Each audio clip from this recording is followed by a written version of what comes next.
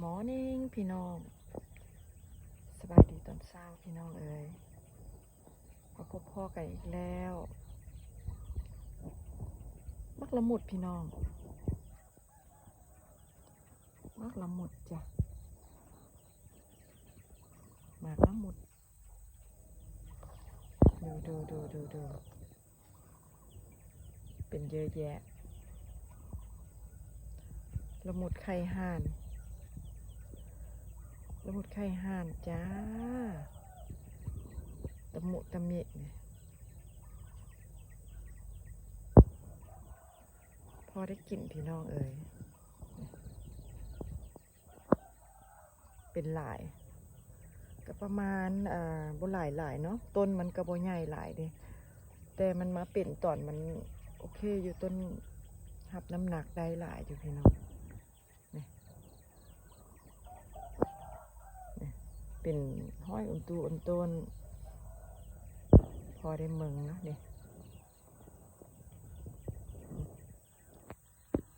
ละมุดไข่ห่านละมุดใหญ่เป็นหลายแต่ใบมันบังเนาะพี่น้องเนาะใบบังใบเพิ่นกระบังนี่ดูต้นเพิ่นก็หับน้ำหนักได้หลายอยู่พี่น้องก็มีม่องอยู่30 ปลายหน่วยใบหลายละบังเฮาก็บ่เห็นคักเนาะที่แน่ๆก็แม่นอยู่30 ปลายหน่วยนี่แม่นบ่ละห้อยอุ่นตูอุ่นเตวนนะ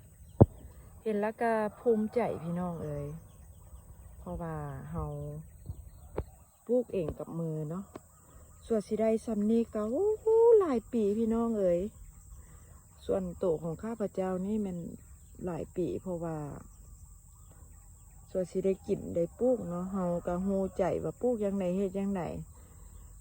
ลองผิดลองถูกต้นไต่ต้นยังแต่ว่าได้เท่านี้เฮาก็ภูมิใจในสิ่งที่เฮาปลูกเนาะมันมีจากต้นเอามา5